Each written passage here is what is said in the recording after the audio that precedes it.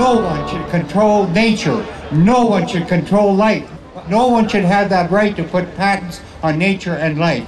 As long as my wife and I have life within us, we will always go down to fight for the rights of farmers, always to be able to use their seed from year to year. No one should take that right away from anyone.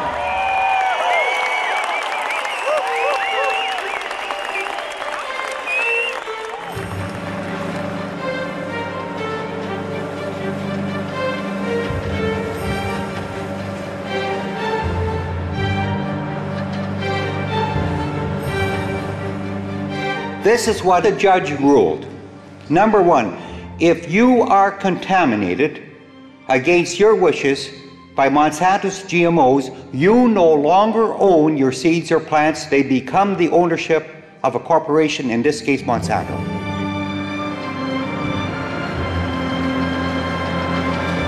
He also ruled we were not allowed to use our seeds or plants again. He also ruled that all our profit from our 1998 canola crop goes to Monsanto.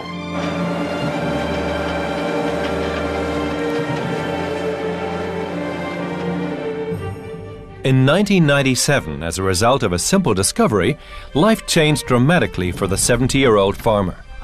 A power line runs along the edge of Percy Schmeiser's property. As usual, the power company had the surrounding vegetation controlled by applying the herbicide Roundup.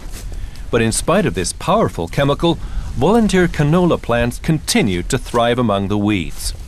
This canola was sprayed with 4 times the normal rate that you would spray Roundup, and yet it has not died. So it's a very powerful resistant canola to Roundup. So it's definitely Monsanto's seed that is here. We've created a real big Frankenstein.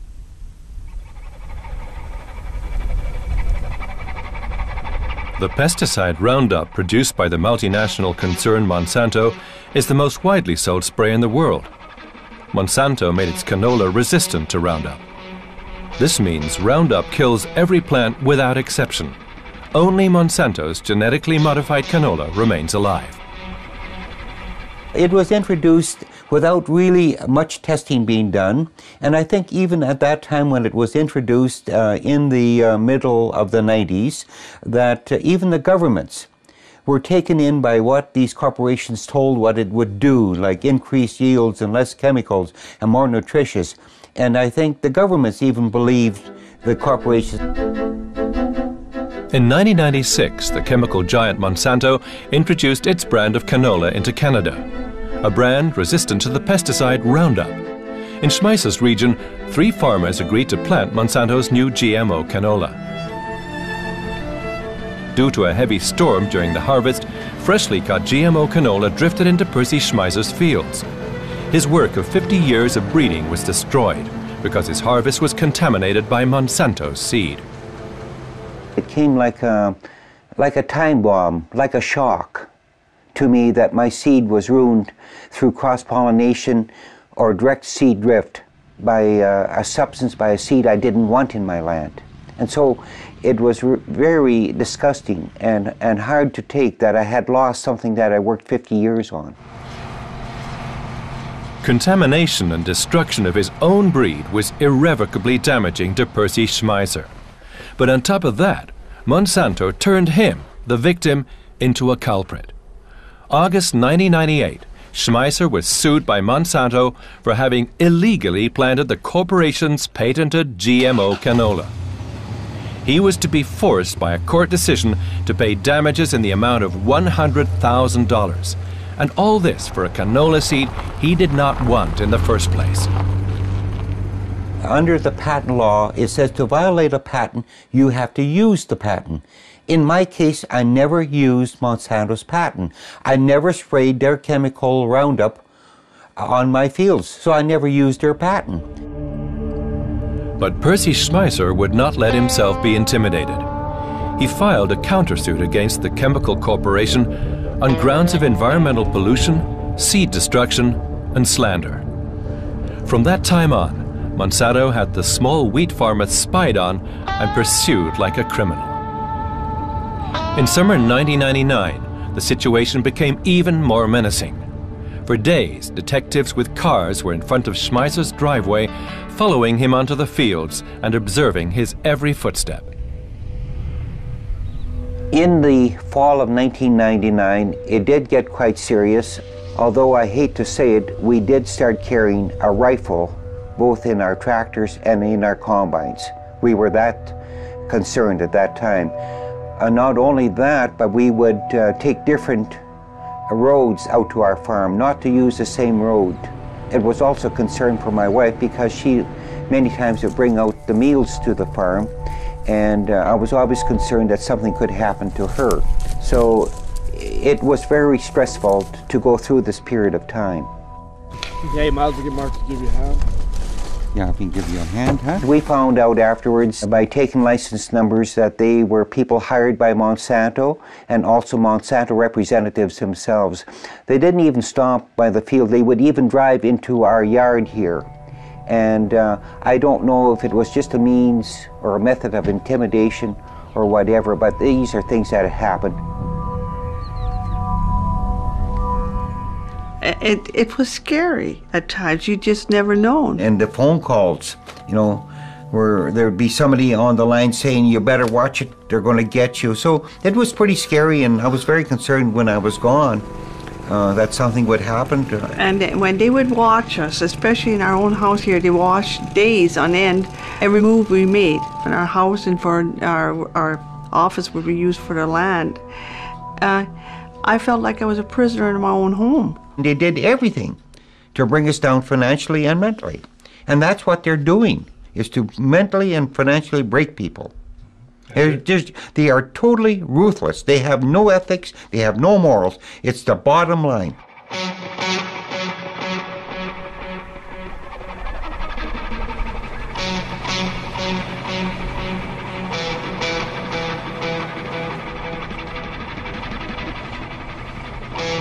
I had a trust fund to help pay for some of my legal bills, and some time ago I get a phone call from the manager of the bank saying they were going to close out that account, and they wouldn't give me no explanation. So I went to see the bank manager, which was a lady, and I asked her, why do you want to close out this account? You have to give me a reason, even under the Bank Act. You can't just close somebody's account out.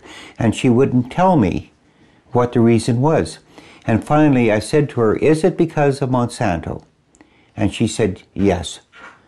And I said, why? And she said, Monsanto went to the head office and said to the head office at the Canadian Imperial Bank of Commerce, if you don't cancel Percy Schmeiser's legal trust fund out, we will cancel all of our accounts with the Canadian Imperial Bank of Commerce across Canada.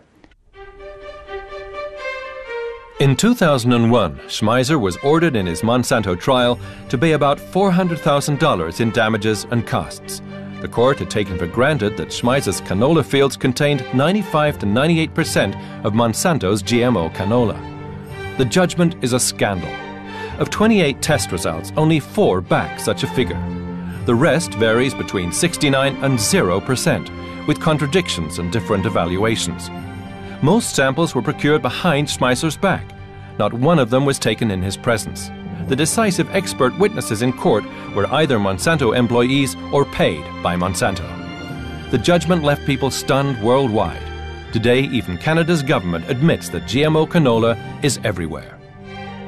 And what the trial judge ruled, the first trial judge ruled, is what made the case become internationally known overnight, what can happen with farmers when you introduce GMOs. And the judge ruled this: number one, it does not matter how a farmer is contaminated. And he went on to say, cross-pollination with pollen flown in the wind by birds, bees, or by direct seeds blown in the wind or farmers' transportation. If you're contaminated against your wishes, you no longer own your seeds or plants and become the ownership of Monsanto under patent law. We had about 550 hectares seeded to rapeseed in 1998. He ruled, because of the contamination, all the profit from our crop in 1998 goes to Monsanto. Another important issue he mentioned, he said it does not matter how much a farmer is contaminated. If it's 0.5%, 1%, 2%, it does not matter. You no longer own your seeds or plants.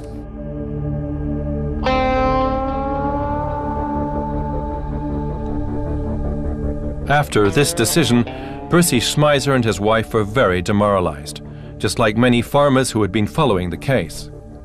Percy decided to appeal the ruling and took the case to the higher court. But after 2 more years of legal battles and now 300,000 Canadian dollars of legal expenses, the judges again ruled. If you were contaminated with Monsanto's genes, you no longer own your seeds and plants. My wife is a very strong person. She has a very deep faith, and many times she has said to me, she believes that she prayed more at night than what she slept. And many times I would wake up at night and think, my God, what am I doing to my wife and my family?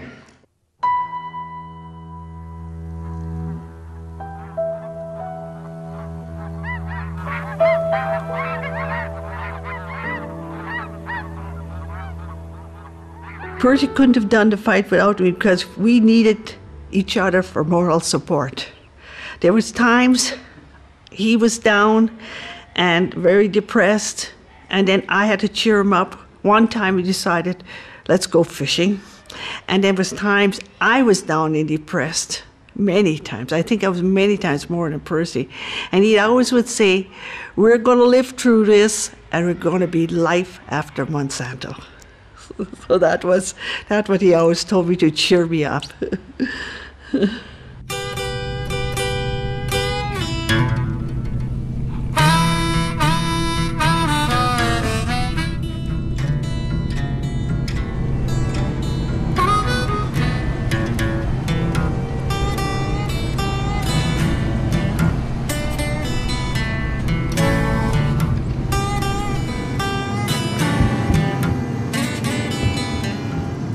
Farmers here are very fierce, independent people because they had to be.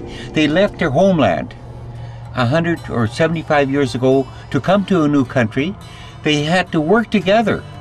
My grandparents and my parents had to work together with our neighbors to build our country, our roads, open up our land, and the schools, hospitals. And they're not going to stand for a multinational come in and try and take those rights away. And if the government will not help us or protect us, the farmers themselves will protect themselves and say to a company, enough is enough, we will not take any more from you.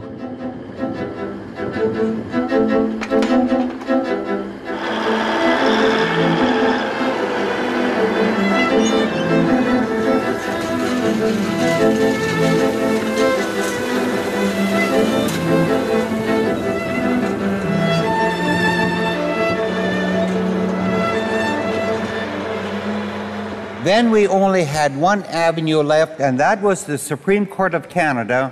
First of all, we said to the Supreme Court that a farmer always should have the right to use his seeds from year to year if on his own farm. And the most important issue to my wife and myself by that time was that no one, no corporation, no individual should ever have the right to put a patent on higher life forms like a seed or plant. When I use the term higher life form, I mean any life form, whether it's a bird, bee, animal, fish, or even a human being.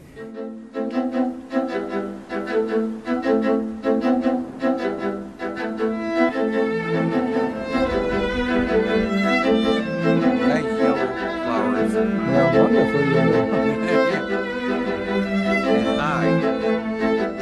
If you have a patent on that gene that's in that pollen and it gets in your field, you no longer own your seeds or plants. So you could have one plant, GMO, and all these could be regular or organic, but through patent law, they can claim all your plants because you don't know which one is GMO, which is not.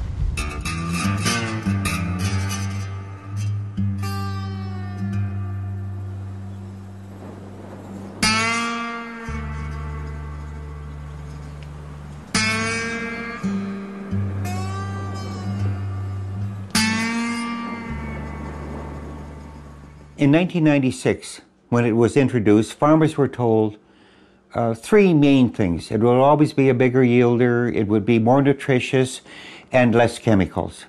And within 3 and 4 years, we found out that the total opposite happened. We're now using more chemicals than ever before, and more powerful and more toxic chemicals, because it has become a superweed. The other issue is that the quality is much poorer. So now we have, and then also poor yields. And to give you an example of that, even the United States Department of Agriculture, just a short time ago, indicated that the yield on soybeans was down about 15% with the introduction of GMOs. Monsanto's technology contract virtually turns the farmer into an accomplice of the agrochemical industry. He has to buy new seed every year with the technology surcharge, and only then is he allowed to cultivate the seed. The natural right of every farmer to replant his harvest seeds is waived by contract. I have a contract here from Monsanto, and I'll just give you some of the clauses in that contract.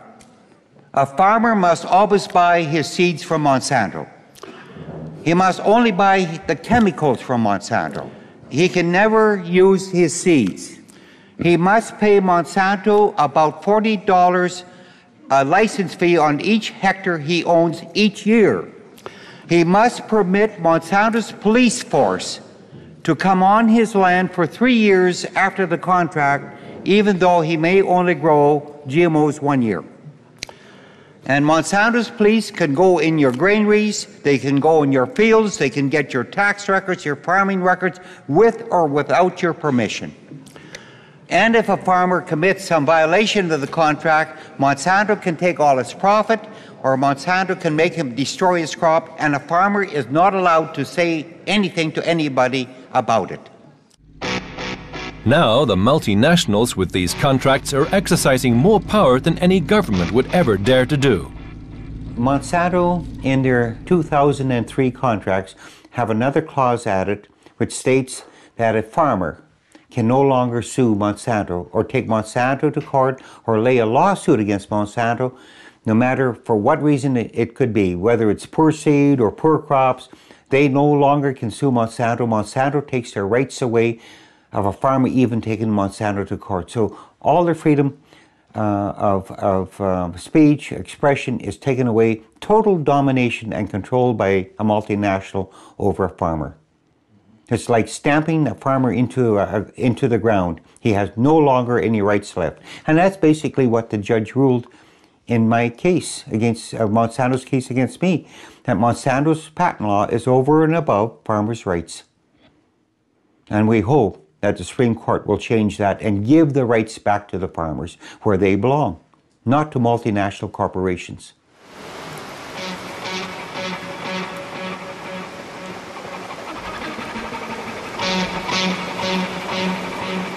In all of North America, there are hundreds of farmers under the same threat as Percy Schmeiser. Only a few of them have had the courage to come forward to talk about it.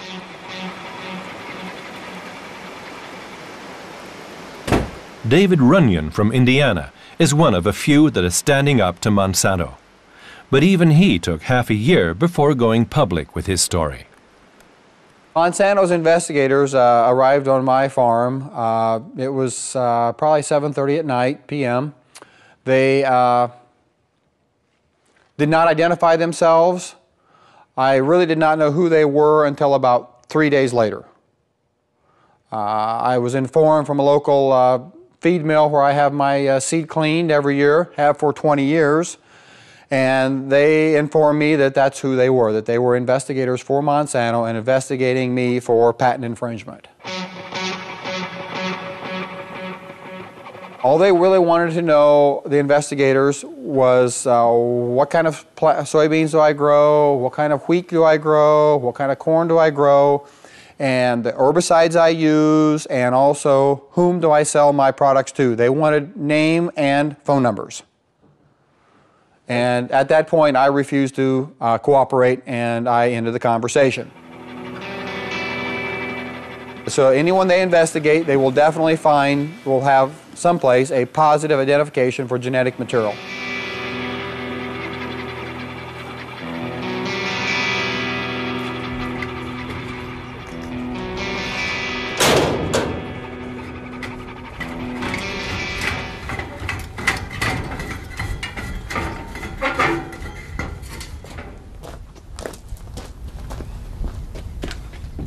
Yeah, I worried after I found out I was contaminated. I worried. I lost 30 pounds that year. Just over 6 or 8 months, just the time frame. I was worried. Why wouldn't I be worried? Here I was going to be possibly drugged into Fort Wayne in a federal court. Never really been in a courtroom before. And let alone go to a federal court. But now, I'm not afraid of them. I'm not scared of them. Because I know who I'm fighting and I know their tactics.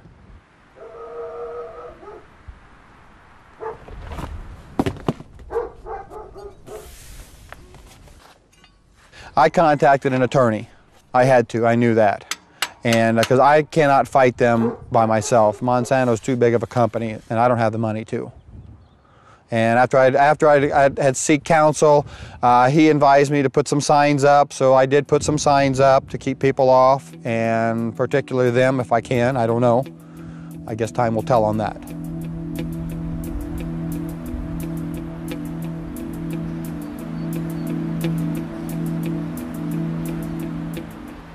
Well, most of the farmers that have relations with Monsanto, yes, they are afraid of them, and a lot of them have either settled and signed gag orders so they cannot speak about anything. So you will only find a handful of farmers out here that can actually talk about this. I told no one, I talked to no one until I found out whom turned me in, and advised by my counsel, I just didn't talk about it. I probably didn't talk to anyone about it for 6 months.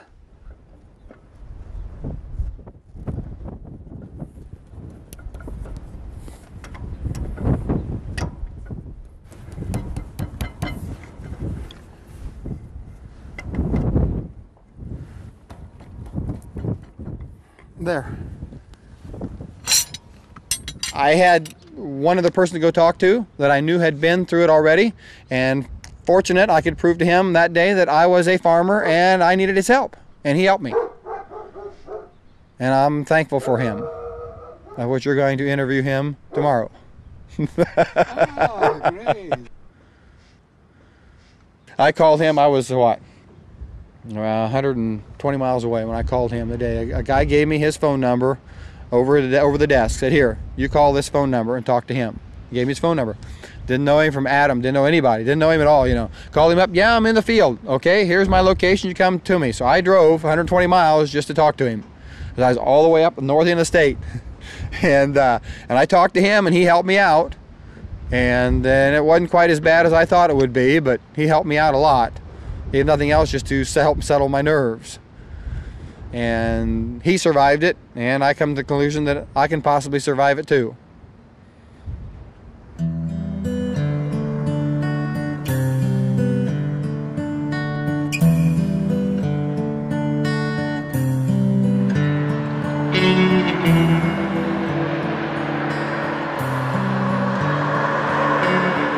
Also from Indiana, Troy Rush was wrongly accused of having reused Monsanto's GMO seed without paying the license fees, much like Percy Schmeiser. His family had to come up with $400,000 in legal expenses, and finally, after several years of legal battles, agreed to settle with Monsanto, including a provision to keep silent about his case. He is now advising farmers threatened by Monsanto, like David Runyon. The first thing I advise a farmer who has non-GMO soybeans is you must have third-party sampling and testing of your crop, because Monsanto is going to falsify the results of your soybeans. The farmer actually most at risk in these situations is the farmer not growing the GMO soybean, because now he has to in fact prove his innocence. That's the opposite of what people think, you know, our legal system does here in America. Innocent until proven guilty. Well, maybe so in a criminal situation, I don't know, but I can tell you when you're in a civil fight with a company like Monsanto, it is up to you to prove you did not in fact do what they're accusing you of.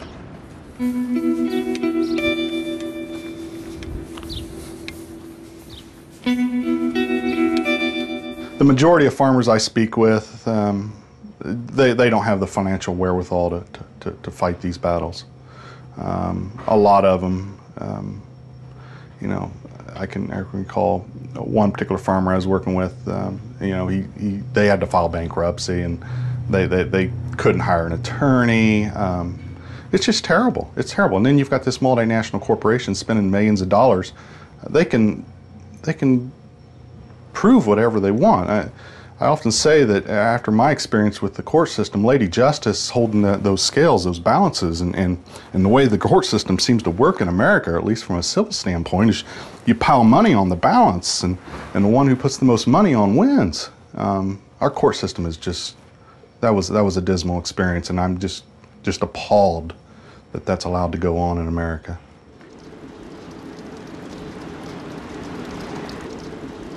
You know, a lot of this, Monsanto, they publish a toll-free number and encourage farmers to call and turn their neighbors in. And that's all part of this consolidation. If Monsanto gives a neighbor the ability to contact their legal team, as it were, and turn their legal team loose upon the farmer and cost him hundreds of thousands of dollars in defending himself against baseless claims, and hopefully to remove that farmer, that competitor from the picture. And it's all part of this.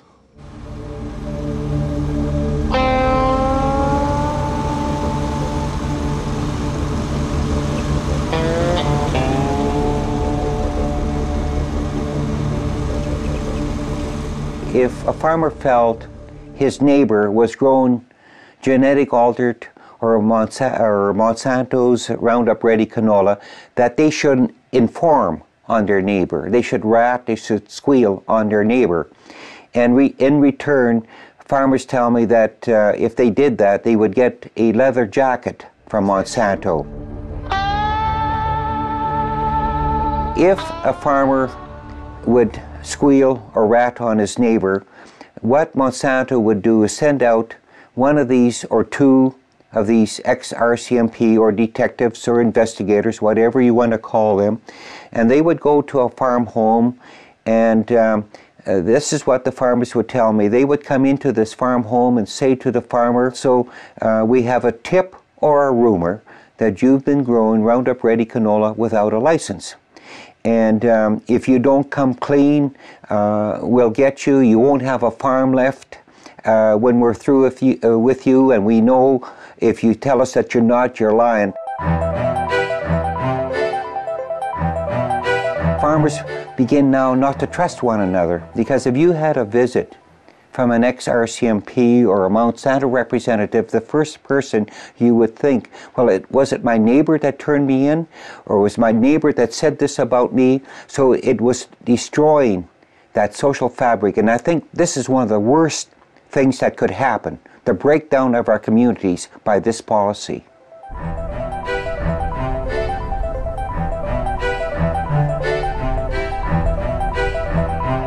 The social fabric of our country, it really was, I never witnessed that before. And when they were watching us and that, it was so scary, you know.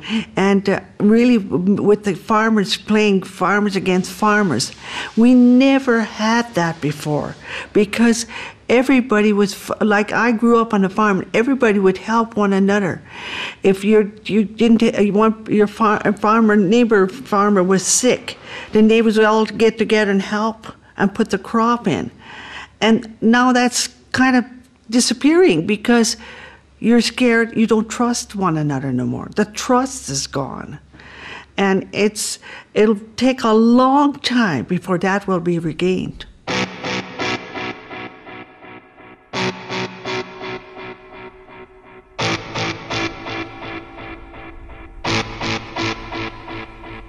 They wanted to introduce, when I say wanted to, I mean like Monsanto and other companies, wheat, rice, flax, alfalfa, and no permission was given. And the Canadian people and the farmers and the consumers said, we have seen the damage it has done to health, the environment, more chemicals with the four crops. We do not want any more new GMOs.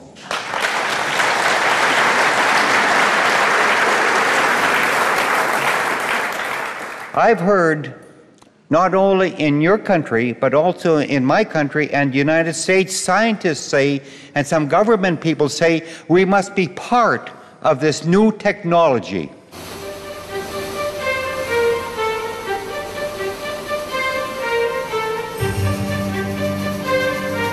This new technology is crazy science. It's unsafe science, and it's not proven science.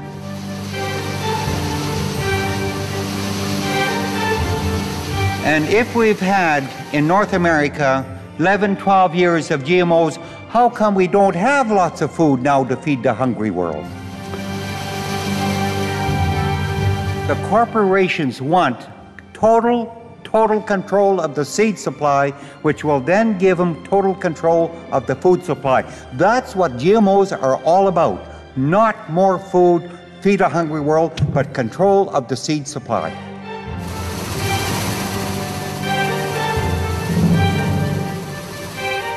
In Japan, I met with a lot of scientists, consumers, and processors and importers. And this document here is a condensed version of all the scientific studies the Japanese have done. Using Monsanto's data is over 50 pages long. It has been all translated into English for me. That is on the food issue, the food part of GMOs. Monsanto always used the term substantially equivalent.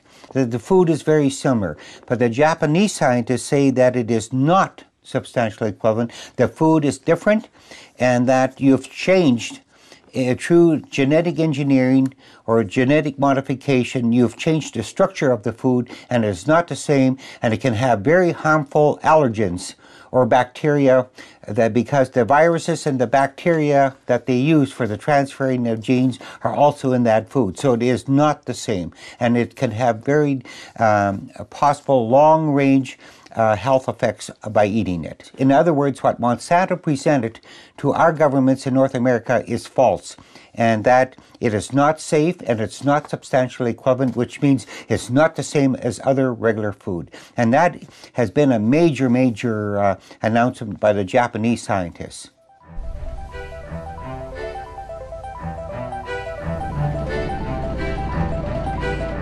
In North America, the chain of transport is completely unprotected and open. No one has ever thought of the idea of transporting and storing genetically modified grain separately.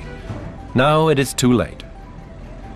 It's very difficult to segregate the grain from regular grain and a genetic altered grain, because you'd have contamination from the pit, from the elevation, from the trucks that are hauling it. So it would be impossible to keep it separate. So there'd always be a small percentage or a percentage that would mix together, and so it would not be GMO free.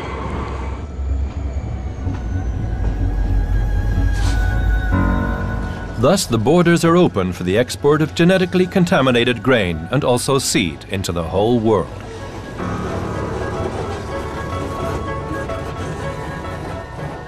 If you introduce GMOs, there is no such thing as coexistence, and after several years, it all becomes GMOs. I have also heard in Europe the companies saying that all a farmer has to do is leave a buffer strip, 50 meters, 100 meters. There is no safe distance. It doesn't matter if it's 50 kilometers, it will spread. So if you introduce GMOs, it all becomes GMOs after several years. And to give you an example how bad it is in Canada, we no longer have any pure rapeseed, we no longer have any pure soya. It is now all GMOs in Canada. I have often heard in Europe, and we were also told that in 1996, farmers can have a choice. They can grow GMOs, they can grow organic, or they can grow conventionally. There is no more choice left. It all becomes GMOs, and you no longer can have an organic farmer.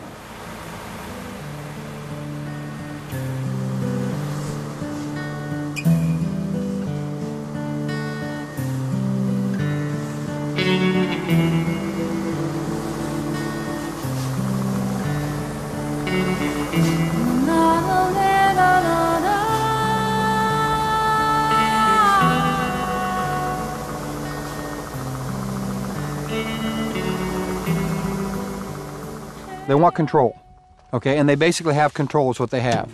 First, they go in and they bought our seed stock producer, Holden's Corporation, I believe, out of Iowa. And after that, they have, Holden's has like a whole family or group of seed growers. And the rule was that in 95, they said in 5 years, I understood they told them, you will be selling 90% Monsanto product or you will not be in business selling seed. So if they did not push Monsanto's product on the farmers, they would be out of business. And so that's what all the seed growers did. They pushed the product on the farmers so that they could stay in business. Because if they did not have Holden's to grow their seed stock, they would not have anything to sell.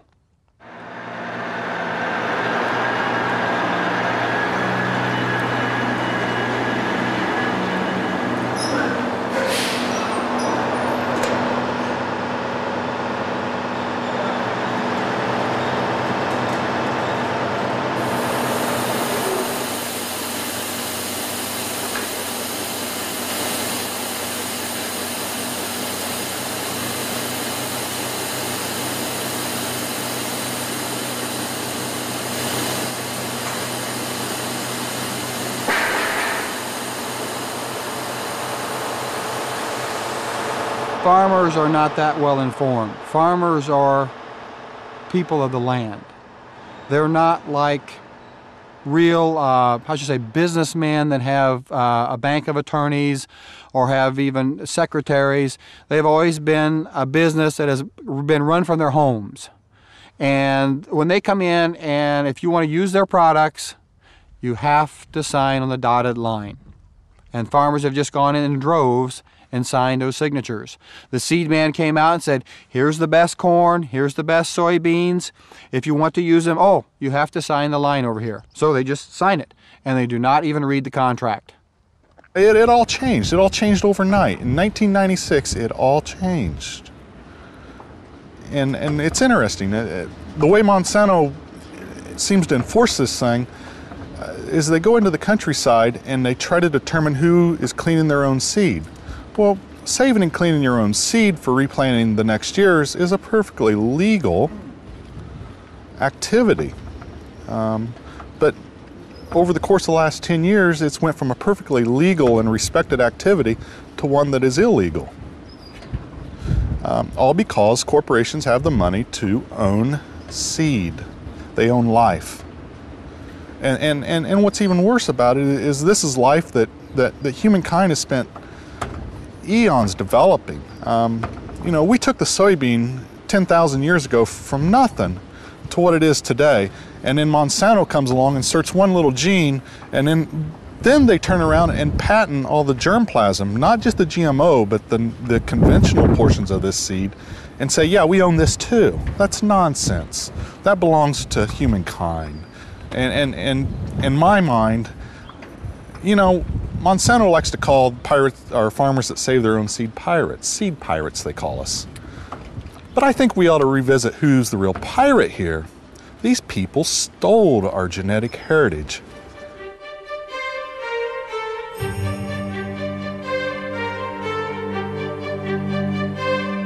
If farmers lose their rights to use their own seed, they'll become serfs of the land, and we're back to a feudal system. And that could quite quickly happen in a third world country. But it will also happen in North America. And I think to some degree, farmers already are like a serfs of the land already, because they have to buy the seed, they have to, from a certain company, they have to buy the fertilizers, they have to buy the chemicals especially, all from the same company. They have to pay a fee to grow a crop on their own land. So I think we're ready to a large degree, we are already serfs on our own land by a multinational corporation like Monsanto.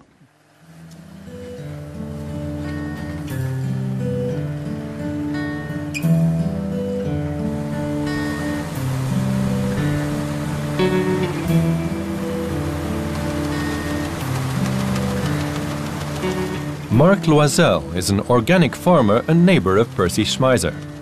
Together with 1,000 organic farmers, he sued Monsanto for damages arising from the contamination of their canola and mustard crop.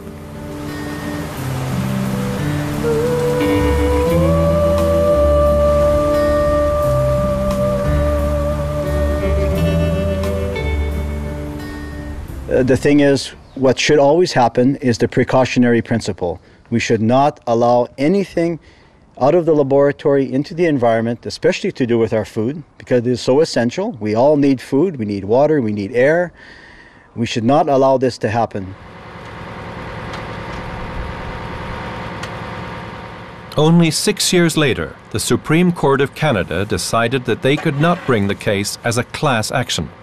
Now, every farmer has to claim his damages individually and assume the high risk and high legal cost.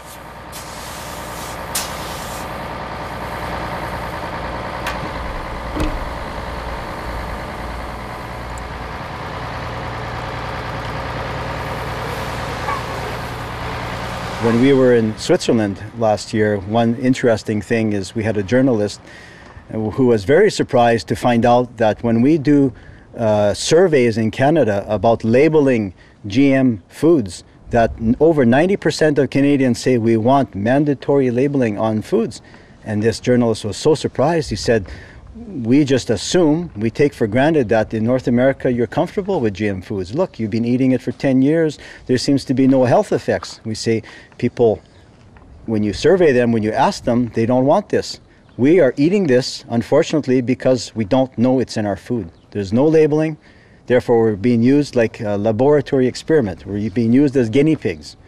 And who knows, we may be affected with our health as we speak with products that you purchase in the store. Anything that has soya or canola in it, or corn, you have to beware because they most likely contain transgenic or GM products.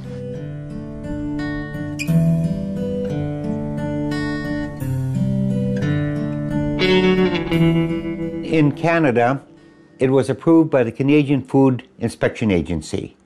They're the ones that give Monsanto regulatory approval for the introduction. But they only used the data supplied to them by Monsanto. They never did no testing whatsoever. And so when Monsanto said to the Canadian Food Inspection Agency, it's substantially equivalent, it's almost like the real food, then the government said, well, then we don't have to test it. If it's substantially equivalent, we don't have to have our own scientists check it. But what has happened now is that Japanese scientists have taken those experiments that Monsanto said, or based their analysis on, and found that it's totally false, it's fraudulent, and the food is not the same. So anyone that says that it's safe is because the Canadian government approved it. Canadian government approved it only on what Monsanto told them, did no testing whatsoever, and that has really created a lot of fear in the Canadian consumers, because what are they really eating when Monsanto said it was safe, when Monsanto has a very bad track record, when DDT was safe, PCBs were safe, Agent Orange was safe.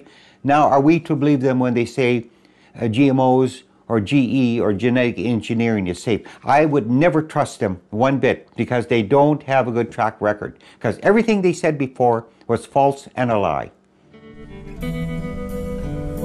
Also in the case of Monsanto's herbicide Roundup, there were studies demonstrating that Roundup could be used without risk, resulting in worldwide approval of the product. Many other studies show the negative health effects of the active ingredient of Roundup, glyphosate. Monsanto itself warns in material safety data sheets of tissue damage, bloody vomiting, cardiac arrhythmia, and pulmonary edema as a result of direct contact or ingestion of the toxin.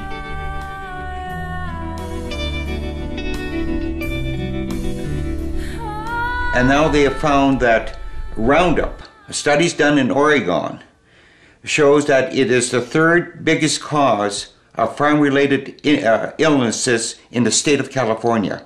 And originally, we were told by Monsanto, Roundup is so safe you could drink it. With the advent of gene technology, the chemical industry entered into the business of plant breeding. DuPont and Monsanto bought seed producers for about $12.5 billion in 10 years. Today, the two chemical giants are also the biggest plant breeders in the world, producing about 3/4 of the world's GMO crops.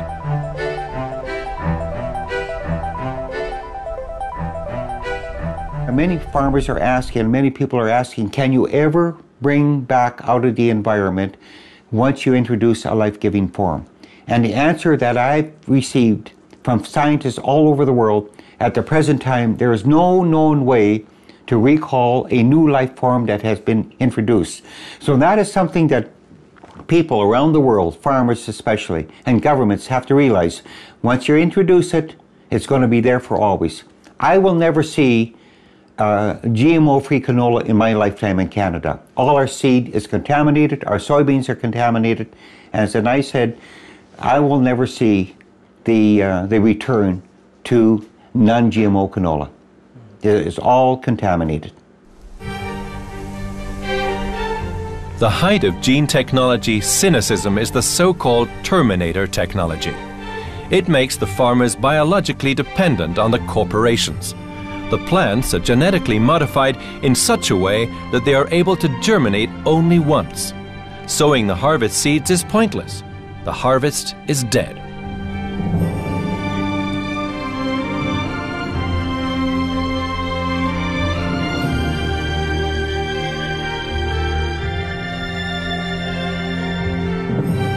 Well, a terminator plant or seed is that when the seed of a plant reaches a certain age of maturity, just before it is total mature, the terminator gene will kick in and will destroy the germination of that seed, which means it could not be used for seed the following year.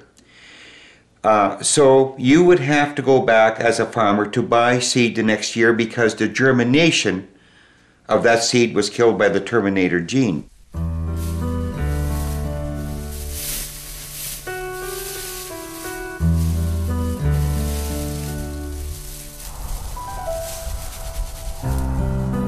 When the terminator gene, that plant, blossoms and the pollen flow from it will also then get into other plants and kill other plants when those seeds almost reach to the stage of maturity.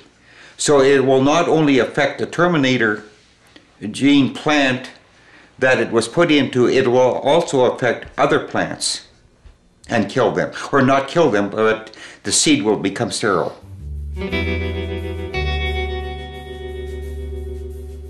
And we carry that a little farther now.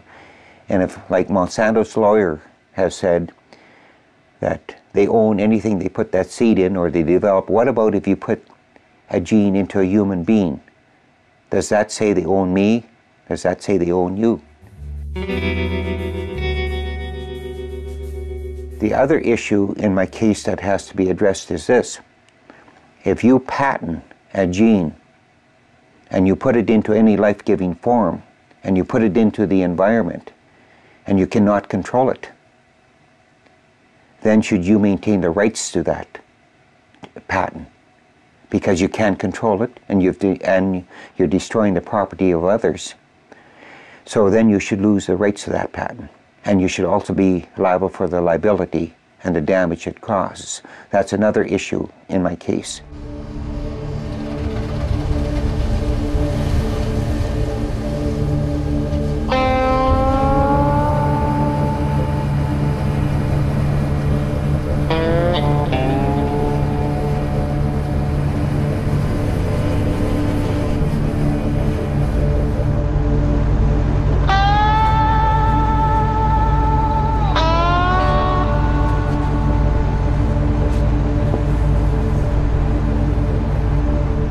I was from one end of South Africa, whether it was Johannesburg or Durban or Cape Town. Cape Town, where the Parliament is at, I was invited to speak there, and an incident happened at the Parliament that I'll never forget. And one of Monsanto's representatives also had given a small presentation, and I had given a presentation regards how their seeds and plants and soil could be contaminated. And coming out of the assembly, the Parliament assembly, I ran face to face into Monsanto's representative from Johannesburg, and he was very, very, I would say, rude And he said to me, and shaking his fist in my face, said, nobody stands up to Monsanto. We're going to get you, and we're going to destroy you. And he also went on to say that when I get back to Canada, I was going to be in big trouble. And sure enough, 3 weeks later, when I got back to Canada, Monsanto launched another lawsuit against me for $1 million, and for all their court costs, because they said I was stubborn, I was arrogant, I didn't do what Monsanto wanted. And after another year of trial, the judge, the same judge as the first one that I had in the federal court, awarded Monsanto $153,000 of court costs. They didn't get the $1 million. So I am now faced with an additional cost if I would lose my case in the Supreme Court. But that shows you how they go out to intimidate, harass, and put a fear into people by threats of lawsuit and also doing lawsuits against farmers. In May 2004, the Supreme Court of Canada announced its decision. 1. Percy Schmeiser did infringe upon the patent owned by Monsanto Corporation by illegally seeding his canola, which was contaminated with Monsanto's GMO seed. And 2. Because he did not actively use the patent, he is not required to pay any damages to Monsanto. At the same time as the judgment is being announced in Ottawa, Percy Schmeiser and his lawyer, Teresa Kresge, give a press conference in Saskatoon. There was approximately $200,000 judgment that was set aside by the Supreme Court of Canada today, and that to Percy is a fairly major victory. Well, I really feel that the fact that I can save my farm, save my home without paying the cost to Monsanto, I was looking at a $200,000 bill. So that is a major victory to me. And the first thing I said, I got a roof over my head. And that was very important to me. The court rules further. The patent on the gene allows the owner to control the entire plant. That is, the patent on the gene has priority over the ownership of the plant. Well, it says Schmeiser loses court battle to Monsanto. And as I said, and just was talking to another lawyer, that it could be the biggest win for us, or for the people concerned about GMOs. And time will only tell, and I'm sure that the Supreme Court in 4 or 5 years will have to revisit, because with the results of their decision could mean that a corporation could control almost anything that they put their genes into or anything they put their patents on. That's the way it stands right now.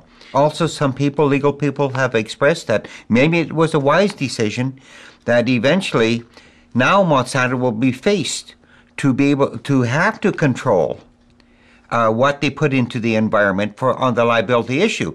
And if they put something in the environment that they apparently, and it's known they can't control, they'll take a second look at it if they put something in there, and they're going to end up with massive lawsuits which can break the company.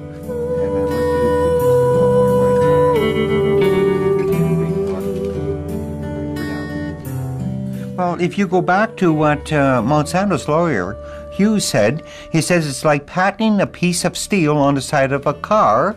We're not claiming the whole car, but only the piece of steel, but the Supreme Court went farther than that.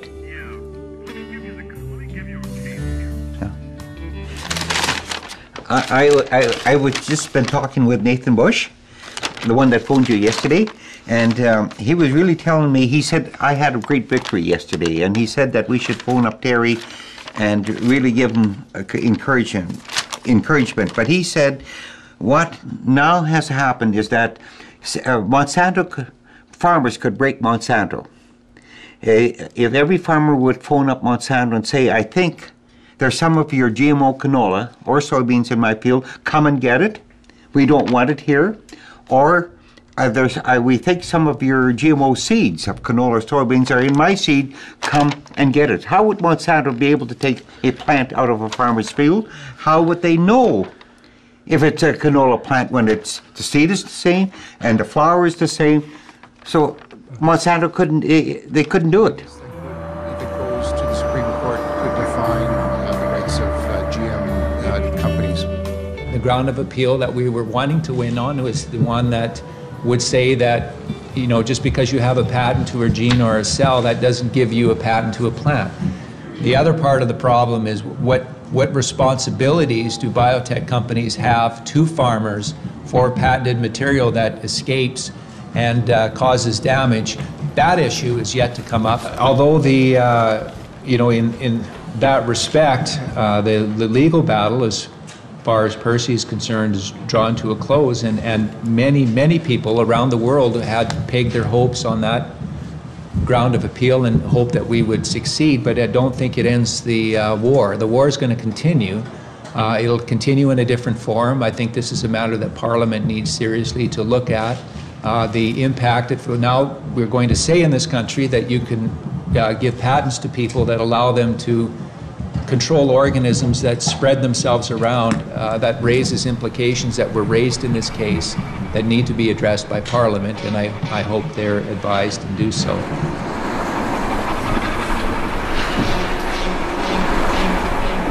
But I want to ask you a question. It's been reported by our national broadcaster this morning that the Supreme Court ruled that you deliberately planted a genetically modified Monsanto seed in your crops. And I just want to know if this is a correct report or if you could straighten the record for that for once and for all. In my view, if you're not planting something intending to grow a Roundup Ready crop, meaning some crop you're intending to spray with Roundup, you know, I don't see where that goes. But as far as the Supreme Court was concerned, and the lower courts latched onto that too, the cultivation of plants with the gene in it was sufficient to be infringement. Today, as I said, it's a personal victory. 6 years of legal battle. When we stood up to Monsanto back in 1998, we never realized it would ever go this far. And one other point I'd like to make, especially comments from about the biotech industry. You always have to remember, Monsanto laid the lawsuit against me. I did not lay the lawsuit against Monsanto. They were the ones to start it. And my wife and I took the position that a farmer should never ever lose his rights to use his seed from year to year. And that was the basis we fought that, for the rights of farmers. And I know that if my grandfather and my father was here today, that's exactly what they would want me to do, because that's the reason they came to this country, to be free and to use their seeds from year to year and plant them and grow them.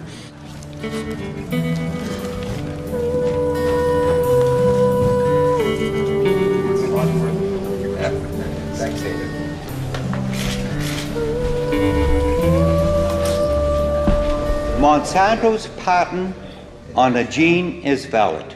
And wherever that gene arrives, by whatever means, in any higher life form, they own and control that life form.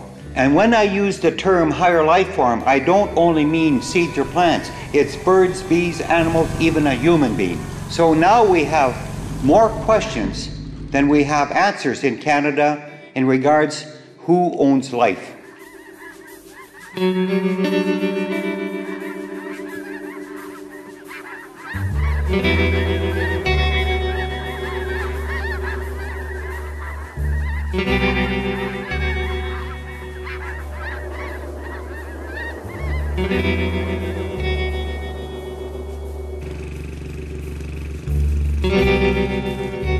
Since 2004, Percy Schmeiser has not planted canola on his farm and is growing wheat, oats and peas instead. But increasingly there are volunteers of Roundup-resistant canola on his fields. He informed Monsanto, which tested the plants and confirmed them as being their patented canola. But they would not remove the plants unless a full release and non-disclosure agreement was signed. And in that release form, first of all, they said, we can never ever talk to anyone, to the press or our neighbors, what the terms of settlement were. They wanted us to sign, give all our rights away. Well, that was no way we're going to do that. There's no way we'd give our freedom of speech away, and you know, and that they wanted us that we could never take them to court for the rest of our lives. And it wasn't only Percy and myself; it was our children. they wanted, that they would have to, that they decided too that they would never speak anything wrong against Monsanto. And that's the reason why we didn't want to sign it, because there's no way we want to give our rights away to a corporation. Monsanto said, okay, we won't remove the plants then. Then I told Monsanto, then we are going to remove them. I will get help, and we will remove the plants, and we will send you the bill. Monsanto immediately sent us an email and said, you're not allowed to do to those plants whatever you want because they're our property. So I told them, it's your property, it's on my property, we own the land, we pay the taxes, get your property off our land. Percy hired a neighbor to remove the plants and sent the bill to Monsanto for a total amount of 600 Canadian dollars. Monsanto refused to pay, and Louis Schmeiser filed a claim in the local small claims court. Can you imagine the embarrassment to Monsanto, a billion-dollar corporation, coming to court for $600? But 5 minutes before the trial, Monsanto agreed to settle out of court. And they agreed that there would be no gag order. My wife and I could talk about it. I could talk to you about it here tonight. So it was not only a great victory for ourselves, but now it opened it up for all farmers in every part of the world. If you are contaminated, you now have an avenue where you can take not only Monsanto, you could take Bayer, Syngenta, DuPont to court if you are contaminated, because now a precedent has been established.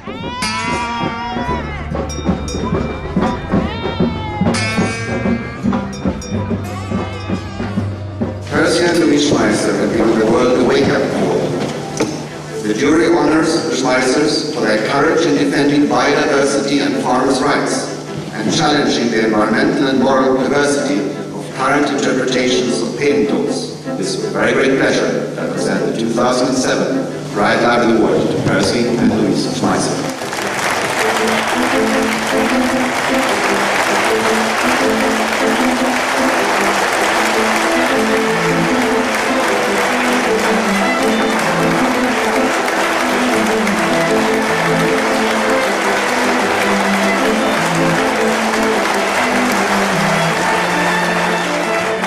When I travel around the world and I meet so many people, so many organizations that have such a dedication, they want good food, they want safe food, and they don't want the environment, our air, our land, our soil, contaminated with poisons. And then when I see how hard these people work for what they believe in, it gives me the courage and the strength to carry on.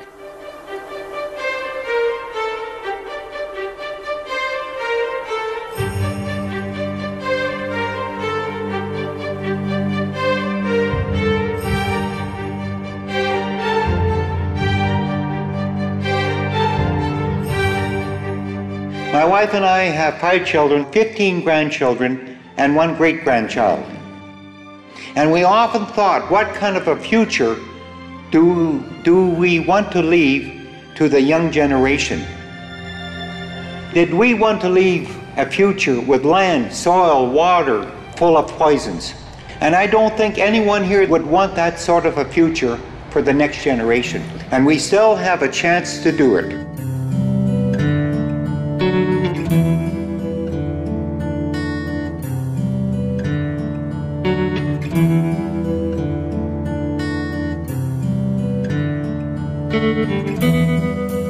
Ooh.